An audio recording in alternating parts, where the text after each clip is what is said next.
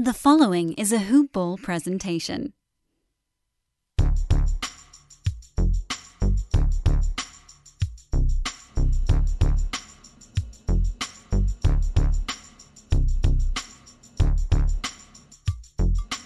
Hello, and welcome to the Hoop Ball DFS Today podcast. I am your host, Mike Capatria, solo for this wonderful Sunday, December 10th card. It's going to be a nice little broken down one. We got a 2-game turbo slate, and then we have a nice little main 6-game card to jump into. Things are a little jumbled up, obviously, everything going on in the NBA between, COVID and injuries. Things haven't been, on the bright side. It's been rough. Nonetheless, we're not going to have a lot of lines. We're not going to have a lot of information. This is going to be one of those slates where if you're not going to be there around lock, if you can't fully monitor, be around the swap and take advantage of all that good stuff, go light. It's going to be a tough one. It's going to be a lot of news and everything, moving parts between lineups and stuff like that. So keep your eye on that stuff. Before we jump into anything, though, quick shout out to mybookie.ag. Simply because ever since I started this podcast, people ask me, where do I get my betting tips and for betting tips in general. And I always get asked, do you want the Lakers, do you want the Clippers, Rodgers and Mahomes on the MVP at the beginning of the year? And I'll tell you what I tell them. Where you place your bet is just as important as what you're betting on. And it's simply, I tell people to go down to MyBookie because MyBookie's reputation is rock solid, and they got the best odds and contest promotions in the business. So they're the only place I trust to handle my NBA-related bets, and the one sportsbook guaranteed to give me the best lines for the national championship college football game. And guess when that is, guys? We're right around the corner, Monday, January 11th. So check it out, and you can also do it for the NFL playoff games as well. You know me, and I do not give my stamp of approval very easily, and you've got to earn it, and the best way to do so, and MyBookie did a good job. So they've earned the stamp of approval, guys. Go check them out, and while you're there, use that promo code HOOPBALL, HOOPBALL, when you sign up, and you get your deposit matched halfway up to $1,000. And after you do that, I mean, if you're just on a savings spree and you just want to keep the savings train going, go head over to Manscaped. Check out Manscaped. They have a plethora of wonderful products, whether it's the Lawnmower 3.0, the Perfect Package Kit, the ear and hair nose trimmer, ear, nose, hair trimmer. Always say that in the reverse order. They have just fantastic products all over the place.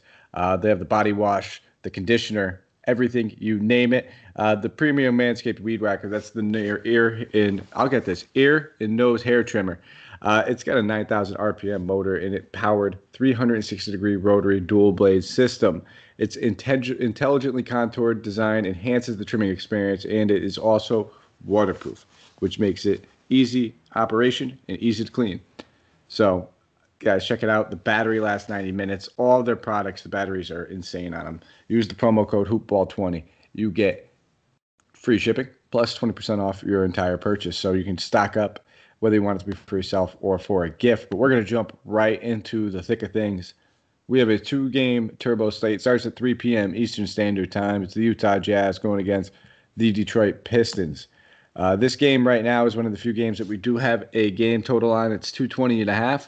And we have the Jazz favored by 6.5 in this one. As far as injuries are concerned, right now the Jazz only really one that we need to know, the Pistons only really one that we need to be concerned with is Killian Hayes. He's obviously going to be out for quite some time. And then over on the Jazz, Derek Favors is probable. Joe Ingles questionable, dealing with that Achilles soreness. Juwan Morgan out, and then Jarrell Brantley has been ruled out as well. So 2-game slate. This one is probably going to be the lower of the total, but this is probably the one that we're going to be able to get a couple of our sneaky guys in there as well. So we'll start off with this Utah side of the ball. It's a good matchup for these guys. I mean, we know that Detroit's defense hasn't been anything special all season long.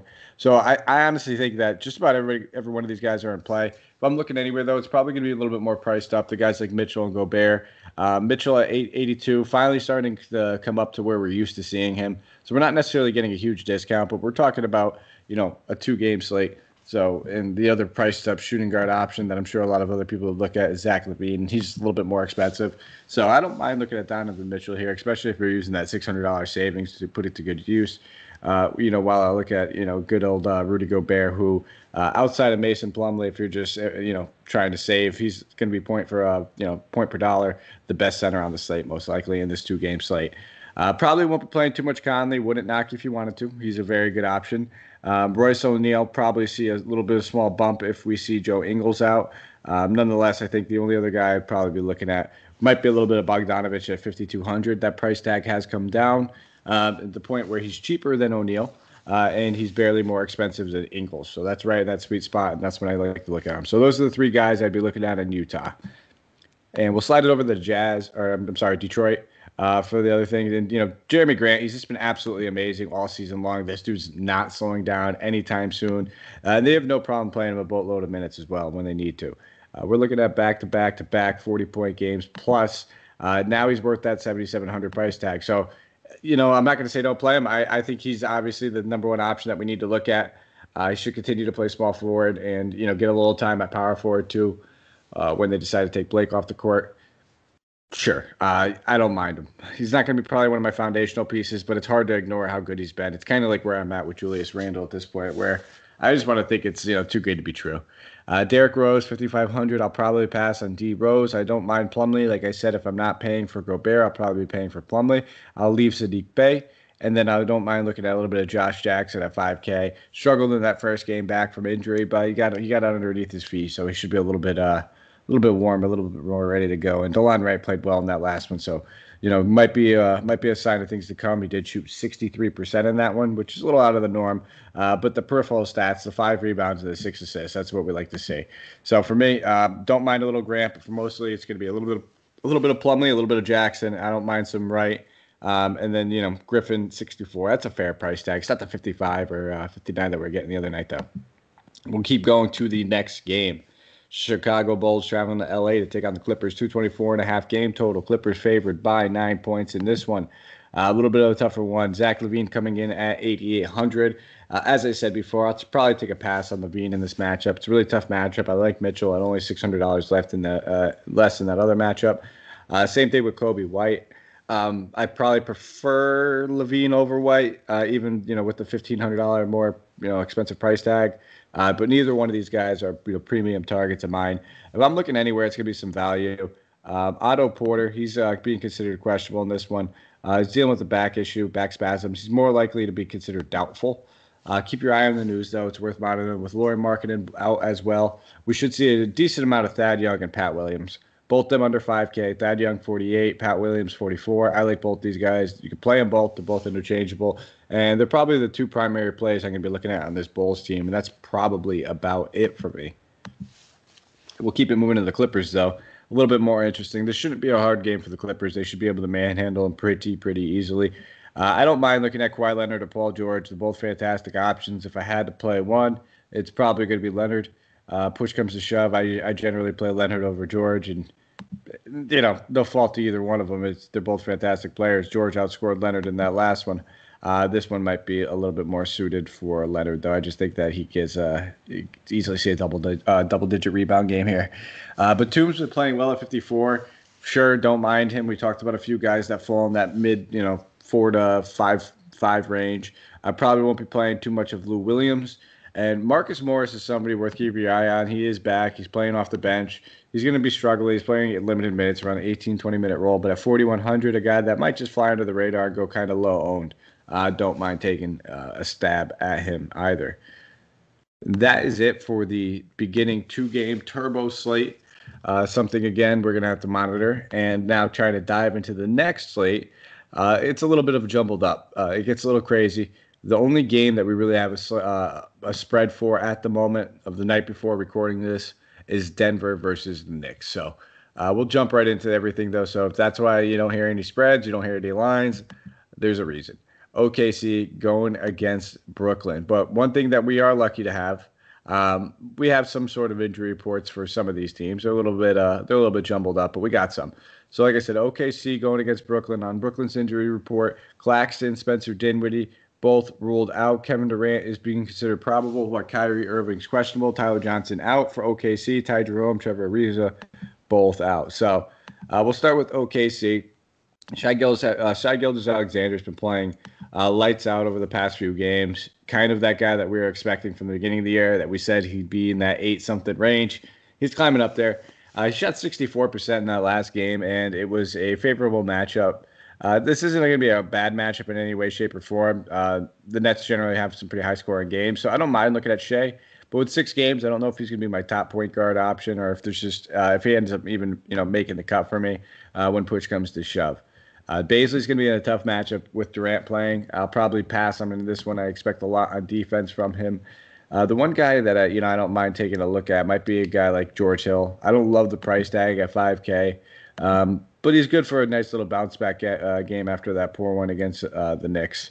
When George Hill hits, you're looking at about 25 to 30 DK points. So that's just enough to get us there. So probably a safer cash gameplay than anything else. And I'm probably not playing Al Horford anytime soon. This guy just looks like he's a little rough. The ceiling's not there. The floor is even rockier. So I'll take a pass. And for the most part, I'm probably not playing much of OKC at all. So then looking over on the Brooklyn side of things, obviously, if Kyrie Irving sits, that opens up a few minutes for a couple other people. But with Kevin Durant back, we got to know where the usage is going. It's against his former team at OKC. So at 9,200, I expect him to play a full complement of minutes, even though he hasn't played in a week. It's not a big deal. He didn't miss an entire month or anything. So he should be playing 30-plus minutes at 9,200. He's going to be a fantastic play on this slate. Some people might be scared off because it's the first game back. Other people might be gravitated. So I don't know exactly where the ownership's going to fall on Kevin Durant, but nonetheless, he's a fantastic play. Looking at Jared Allen, 6,700, the other guy I probably have interest in. Price tag's still not high enough. I don't mind looking at Jared Allen at 6,700. Eventually, this guy's got to get priced over, 7.5. There's no reason he should be down here. So I don't mind looking at Jared Allen. Not the best matchup, but again, a little underpriced. Probably leave Karis LeVert there. I don't think I need any Karis LeVert with Durant back. Kyrie Irving possibly also playing as well. So solid pass on Karis LeVert, and then leave those dumpster diving guys that we've been trying to get some value out of for the past week. Leave them to somebody else. The usage is gone. Next game, Denver Nuggets going against the Knicks. The only other game we have a spread for, 218 total. Denver favored by 5.5 points in this one. For a injury report standpoint, Denver has not yet submitted theirs. For the Knicks, Alec Burks, Taj Gibson, Nidoklina, Obi Toppin all rolled out. Kevin Knox is probable. We'll start with Denver. Jokic, 11K. Can't ignore him. It's fantastic price tag for a guy that's just been a walking triple-double.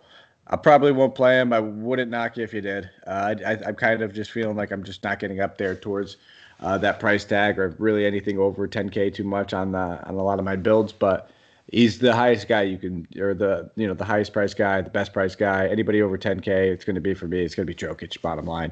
Jamal Murray at 7,500. Again, he's another guy cooking, but I think we have better point guard options. I don't love the empty stat lines for him. You really need a shot just to be on. When he's shooting over 50%, he's pretty much going to hit value. But you struggle sometimes with those ones that you don't. So reserve him for tournaments, if anything. Probably not a good cash game guy. And then I don't mind looking at Will Barton. He's probably the more popular guy I could see myself having a couple of shares of. With Michael Porter Jr. just continuing to miss time now that he broke protocol again. Barton should continue to just soak up some of those wing minutes, and when the game stays close and they need him, he should be playing plus 30 minutes, and he's got the upside. Bottom line, he can sink you. Believe me, I've been sunk by Will Barton plenty of times, but he has that 40 to 50 point upside baked in there, so I don't mind taking a couple stabs at him. And then Monte Morris at 46, no thank you. Too high of a price tag for him. Michael Green, I can see as a splash, knowing that the Knicks do play fairly big, and he's been seeing low 20s minutes, and pretty much averaging right about 20 DK points. So nice little guy if you're looking over there in some turbo slates. Next side of the ball, slide over to the Knicks over here. Julius Randle, 9,500. No, thank you. I get it. He's a beast. He'll keep proving me wrong. And I'll take that off the chin. If you guys want to play Julius Randle, I don't mind it. I don't knock you. I just can't do it. I'd rather play Durant at 9,200. And maybe that's my own mistake right there, because Randall's just been tearing it up. And RJ Barrett at 6,900, it just feels a little bit overpriced for me, given some of the other options we're going to be talking about in some of these other games. Again, we're also going to talk about a ton of value. So maybe if you have it there and you want to spend it, if you have it, spend it, sure. Otherwise, I'm not going to be going out of my way to necessarily force RJ Barrett into a lineup. I don't mind some Elver Peyton. If I had to pick one of those two guys, it would probably be Peyton. And this is going to be a tough matchup for Mitchell Robinson, so I'll probably take a pass on him. Next game, Miami Heat traveling to Boston. No spread, no total for this one quite yet. This is one that is going to be a little bit confusing for us and for I'm sure a little bit of everybody. So as far as injuries are concerned, we have a lot of people questionable. We have a lot of people out, not necessarily injuries, most of it COVID. So Grant Williams, Robert Williams, and Tristan Thompson, and Romeo Langford, Jason Tatum, pretty much all ruled out due to health and safety protocols. Kemba Walker out with his knee injury still. Semi Ojeleye questionable with health and safety protocols, along with Jaylen Brown and Javonte Green. So this team is going to be hobbled, and for the Heat, they have yet to submit their injury report just yet. We'll get into Boston, but first, let's start off with this Miami team. And let's be real. If all these guys are out for Boston, this should just be an instant cakewalk. I do not want to overinvest too much in any of these Miami guys. I think they're all in fantastic spots. I like all of them. It's just how close does this game actually stay. So Jimmy Butler at 73, he's the guy I would prefer. He could pay that off in 3 quarters if he needs to. Wouldn't mind Hero at 64 in this matchup. Kelly Olynyk should continue to start. He's a solid option at 54. A lot of that value is kind of taken out. And if you want to look at some guys that, this game gets out of hand, I don't mind looking at, Precious. He's just been absolutely rock solid. 3,200. He kind of reminds me of like a little bit of a Bam, like a Bam light when Bam was young, when he first came into the league. He's just very athletic. He can rebound. He can block. So I don't mind taking a stab at him. If he ends up getting 22 to 24 minutes because this game gets out of hand, he's probably pretty close to a point per minute DK type guy. So it's kind of a dart throw, just banking on the absolute blowout though. So you might want to proceed with caution on that one. But these guys are all fantastic options. Those are just the guys that I would be gravitating towards more often than not in this matchup. On the Boston side of things, this is where things get a little bit confusing because this team might only have 7 or 8 bodies right now. So all these guys should be looking at pretty safe and hefty minutes. It's a tough matchup, but regardless, they need people to play. So Daniel Tice, 5,100, fantastic option just because who else do they have at center? He played well in that last one, just returned enough value for us to be happy for him. I don't mind taking a stab at him. Peyton Pritchard, another guy at 47. We expect pretty rock solid minutes from him. Wouldn't be shocked if he starts the 2 next to Marcus Smart, or he starts the 1, Marcus Smart starts the 2, vice versa. Both these guys should be in the starting lineup along with these. It would be my anticipation with all these other injuries. All 3 of these guys, fair price. Same thing with Jeff Teague. That remains to be seen. I imagine that they keep Teague maybe coming off the bench. That way they have a veteran. But something worth monitoring. 2 of these guards will start. And, bottom line, if I had to pick one of those guys, it would be Pritchard over Teague. Again, if this game gets out of hand, I have more faith in Pritchard getting the minutes. And then the other guys would be, your Carson Edwards, Draymond Waters, and Aaron Nesmith. If I had to pick any of those guys, it would probably be Naismith just because we know that between Edwards and Waters, they play that 1 and the 2, and that's going to already be splitting up between Teague, Pritchard, and Marcus Smart. So Naismith should see a fair amount of time on the wing. They don't have a lot of other options. So, and he is a lights-out shooter coming out of college. So I expect big things from him once he actually gets a normal, solid, rotation role. So I'm looking at those guys. That's probably it, and I say that's probably it. But everybody's going to be looking for this game for value. If you want to play Smart at 72, I wouldn't mind it. But I'd probably, I want to say I avoid it. But Marcus Smart might have like a usage rate of like 28, and that's something that we're not used to seeing. So we're halfway there. LA Lakers going against the Houston Rockets. No total, no spread. Surprised, are you? Houston Rockets, Chris Clemens, Daniel House Jr. out along with Broderick Thomas. And then we have Ben McLemore considered questionable. Kentavious Caldwell-Pope, Davis, LeBron, all being listed as questionable in this one. Start with the Lakers over here. LeBron James, Anthony Davis. These 2 guys don a questionable tag every single night. Davis missed that last game. It's worth monitoring if he ever to sit again. We saw Markieff Morris draw the start in his place. That's probably something that we would see again, instead of Kuzma. Kuzma only played 16 minutes coming off the bench. So I don't mind looking at, if Davis sits, if you wanted to play LeBron, I already kind of gave you my piece on that. I think I still prefer Jokic, and that's probably where I'm going to go. But I get it. I don't mind that play right there. Markieff Morris is a solid value play that we could look at 3,700. He played 29 minutes in that last one.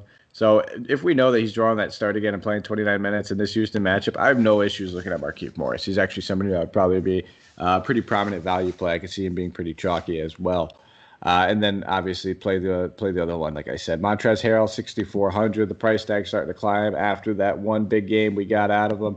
I was excited about it. We called it. It was a good matchup against Chicago. It paid off, but it's time to hop back off. against his old former team, but he doesn't hate this one as much as he hated the Clippers. So we'll take the pass on that. And this is a solid matchup for Schroeder. So especially if one of those big guys between Davis or LeBron sits, Schroeder would get a little usage bump. But he's cooled off since the season started. I want his price tag a little bit more close there to 56 to 58 range before I really have get fired up for him. On the Houston side of thing, James Harden, 10-8. Just hasn't really gotten to complete form for DFS that we need to. It's really struggling I wouldn't say struggling to get into rhythm next to John Wall, but it's a different situation than he's used to. 3 straight games with right around 44 DK points. You're paying 10-8 for him. I prefer Jokic over him at this point. It's tough, but I wouldn't be shocked. James Harden has that upside. He could really blow up any slate any given time. Wouldn't shock me one bit. I just feel much safer knowing for $200 more, just lock in Jokic and just ride off into the sunset. Feel good about yourself. This year has reminded us of the importance of saving for the unexpected. And as a bank, our job is to make that a little easier for everyone. That's why at Huntington, we're so proud to introduce Money Scout. It analyzes your checking account to find money that's not being used and moves it to your savings automatically. It's that simple, so you can always be saving, even now. Learn more and enroll at huntington.com/moneyscout. Huntington. Welcome.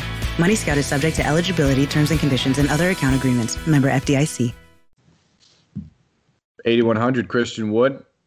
Fair price tag. It's what he should pay, but it's a tough matchup. If Davis sits, I don't mind looking at Christian Wood. If Davis plays, it becomes a little tougher. John Wall at 76. I actually do like this matchup for John Wall, so I don't mind having a share or two. I do like point guards going against the Lakers. I expect this to be a fun and competitive matchup. So John Wall, I expect to see a pretty good game from him in this one at 7,600. Point guards have just been able to take advantage of him. Pass on Eric Gordon and DeMarcus Cousins unless we see that he's going to draw another start in absence of Christian Wood last minute or something. I'll probably take a pass on him, just a limited role. 2 games left. San Antonio Spurs travel to Minnesota to take on the Timberwolves. This is a rematch. These 2 teams are playing tonight.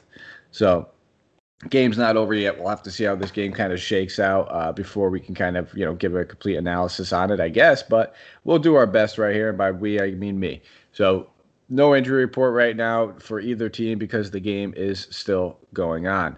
But the big news was that Karl-Anthony Towns was back. He is back. He was inserted back into that starting lineup, which is good news. Now, this is a back-to-back. Does he play the second half of a back-to-back? That's something we'll have to monitor. I would be surprised if he does. So we'll get to the Timberwolves, though. Before I just start gushing and getting all excited, we'll have to wait. This is a fantastic matchup for San Antonio, especially in a back-to-back. I don't mind looking at DeRozan. I don't mind looking at Murray. I think both these guys at 77 and 6,800 are my top options on this team. I think they're going to be 2 of the better options on the slate as well. Aldridge at 65 on the second half of the back-to-back. I'll probably pass on him. Kendall Johnson, 6,500 around that same price tag. It's a great matchup. Just don't think I'm going to be going there. Ever since Aldridge has come back, things have just kind of gotten a little bit slower for him. So I don't necessarily think I'm going to go to Kendall Johnson in this game. It's a great matchup, but I'll take a pass. And then the only other guys I'd probably be considering would be some of these cheaper guys, whether you want to look at like a Lonnie Walker or Patty Mills. But I think we'll have some better options. Patty Mills would be more of a GPP type guy. Minnesota, Karl-Anthony Towns, 9,800. I'll probably avoid him if he plays, and I'm not even expecting him really to play. D'Angelo Russell at 82, a little bit too priced up for me. If I'm looking anywhere, it's going to be my boy Hernan Gomez. Juancho Hernan Gomez, 4,800. Had a heater 2 games ago. Everybody went right back to the well, and he didn't necessarily disappoint. He was 4,400, gave us 22. So he didn't sink us. We were happy with that. We'll take it. And then I'm looking at Vanderbilt. I mean, Vanderbilt's a guy that if we do see that Towns does sit with the second half of back-to-back, he's been outplaying pretty much every other big on this team between Naz Reid, Ed Davis, even Hernan Gomez. Vanderbilt's been the best one. He's a fantastic point-per-minute guy, rebounding machine. So if we hear this guy starting or getting any sort of significant minutes, we have to have some interest in him at 4,100. So definitely willing to take a long look at him. And I'll pass on the Rubio, Edwards, Beasley train over there. I don't think any of those guys, they don't really tickle my fancy. Even when Rubio goes out there and has a 10-assist game with 5 steals and 5 rebounds, we're still looking at 32 DK points at 5,200. That'd be great if we knew that was happening, but a little bit out of the norm to get 5-steal, 10-assist game off the bench. So I'll take a pass. We have the final game of the night. The Toronto Raptors going against the Golden State Warriors. Before we jump into this, guys, pause, stop, do yourself a favor. Go get the Bruise Letter. It is absolutely free. Free. Free. It does not get any better than that. So everybody loves free stuff, but this is it's got to be the best free thing you could get. Our founder, Aaron Brewski, is writing an email newsletter filled with the most intimate fantasy nuggets that you guys can think of. It's exclusive content you can't find anywhere else. And it's not on the website. It's not on any podcast, it's not on social media. It's only an email newsletter. And you can sign up and get it right now for free if you go to bit.ly/bruiseletter. That's bit.ly/bruiseletter 2021. So BREWSLETTER 2021 at bit.ly/bruiseletter and sign up. It takes 10 seconds, guys, and you will enjoy it at bit.ly/bruiseletter 2021 and get Aaron Brewski straight into your inbox. And while you're there, guys, sign up for the Fantasy Pass. It is well worth the price tag. If you guys haven't tried it, you must. You're doing yourself a disservice because if you listen to this podcast, obviously we're doing something right, at least sometimes, where you can get that access anytime you want throughout the entire day. You can get into our Discord, pick our brains in DFS, whether it's start, sit, lineup, whatever it may be. It's your season-long stuff. You can get right at our season-long crew, too. We hop in there, too, as well. So you can get every little access. We have a wagering side of things where if you're just getting a little action on the game, you have access to every single thing in the Discord, and that's not it. There's exclusive articles that you can only get if you are a Fantasy Pass subscriber, guys. So go over to Hoopball, check out the Fantasy Pass. And if you're not, the season-long is not your thing, you can get the DFS pass alone, on its own, on the side. Forget this, only $1.99. So find me something else. It's cheaper than a cup of coffee. $1.99 per month, and you get access to all the good stuff. So, sixth and final game, guys. Toronto Raptors going against the Golden State Warriors. I like this game. This one's going to be an interesting one filled with some fantasy goodness. So we'll start off with this Raptors team. Fred VanVleet has been nothing short of a baller. 8,500. Kyle Lowry out of that last game. He went 13 to 22, put up 51 DK points. 8,500, a little bit of a price boost. $400 price boost. I'll probably leave it up there. I really don't mind it, though, at this price in this matchup. He could easily crush that. I have the confidence. But for some reason, I just think I'll end up in a few other spots. There's just a couple of guys that are a little bit cheaper in other spots. And or I go spend up somewhere else. Kyle Lowry is expected to be back in this one. He's off of the injury report, so 8,300 still feels a little priced up for Kyle as well. If I had to pick one of those two guys, I will continue to play VanVleet over both of them. And looking at Siakam, he's starting to get a groove, and they're looking at playing him at center, and that's the big thing I wanted to talk about because if Siakam's playing at center, I do have interest in him. At 7,800, it's a totally different world. He'll be able to stretch out Wiseman a little bit. Wiseman's a great defender, but he's young. He's raw. He's going to make mistakes. Siakam has an opportunity in this matchup. Again, if he is the starting center, keep an eye on that because if Boucher starts at center, we're loading up on Boucher. Alex Len, Aaron Baines, they've both been pretty trash this season. Neither one of them has separated themselves to even be considered the backup center at this point. So between Siakam and Boucher, whoever that starting center is, I have a ton of interest in. And then the only other guy I'd probably have any shares of would be a guy like OG at 5,700. This is going to be a little bit of an up-paced game for him. I do like this matchup. And he's kind of like an up-and-down type guy. We got down last game. So if correlation says anything, we should be expecting an up-type game from him. Sliding over to the Golden State side of the ball. Things are a little bit more interesting over here. Steph Curry, 10-1. Never going to say no to Steph. He is having a fantastic season. 38 points, 11 assists in that last game, 68 DK points. I get it. I think if anything, I might still just go up to Jokic for 900 more. But I still think I prefer Steph over anybody in that James Harden, anybody on the Lakers side of the ball. I prefer him over Towns. I prefer him over Randall. Durant, that's where things get a little dicey. But he's up there for me. He's probably my second or third high-priced option on the slate. Kelly Oubre, if this guy can ever start knocking down a couple three-pointers, maybe he'd get more than 15 to 20 fantasy points. That'd be wonderful, wouldn't it? tough matchup for him. Not expecting it. Not going to count on it. So I'm going to take a pass. I'm going to think that he is not knocking down any 3-pointers. And Andrew Wiggins, somebody I have to keep an eye on. He is questionable in this game, dealing with a quad injury, a little bit of soreness. If he were to sit, we'd probably see a little bit more run for guys like Damian Lee and Kent Bazemore. I'd probably assume that Lee would draw the start, and if Lee draws the start at 3,500, I definitely have some interest. But both these guys are very interesting if we do see Wiggins sit. And Bazemore, he's always a GPP guy I love because he just could rack up steals very quickly for a guy that doesn't do much else. Draymond Green, 4,900. Very, very usable matchup for Draymond. Disappointing game over that last one. Not anything that we're necessarily surprised with as Draymond gets a little older, but he played back-to-back games of 31 minutes. So he's giving us a solid floor. Defensive stats, those are going to come. He hasn't had a block in 3 games. He'll get one. So I don't mind taking a look at Draymond. Not expecting him to light the world on fire either, but at 4,900, that is a rock-solid value. That is it. That is all I have for you guys. Those are all the players that the night before, in a night of jumbled up news, you'll notice I kind of flew through everything tonight. And simply because spend less time listening to this podcast and more time just making sure you're updating on the news because there's so much changing. We do not know everything. This has been one of the roughest nights before out there with all this COVID information and health and safety protocol information that we're waiting on. So it's really tough to just kind of give you a complete in-depth analysis on stuff that we just don't have the info on. So monitor that. If you're in the Discord, we'll be posting it in there. You'll see it. If not, follow me on Twitter. I'll be posting it up there as well. At Mike Apotria, MikeApotria.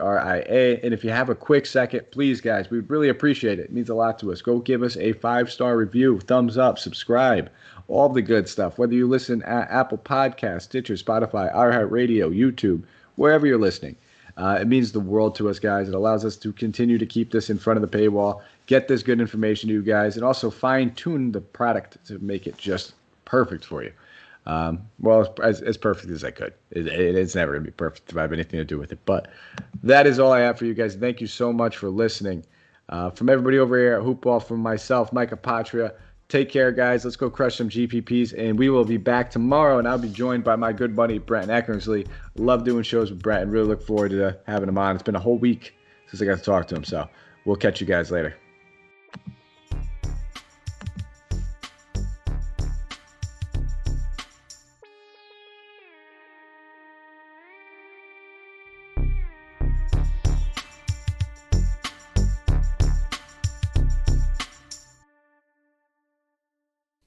This has been a Hoop Ball presentation.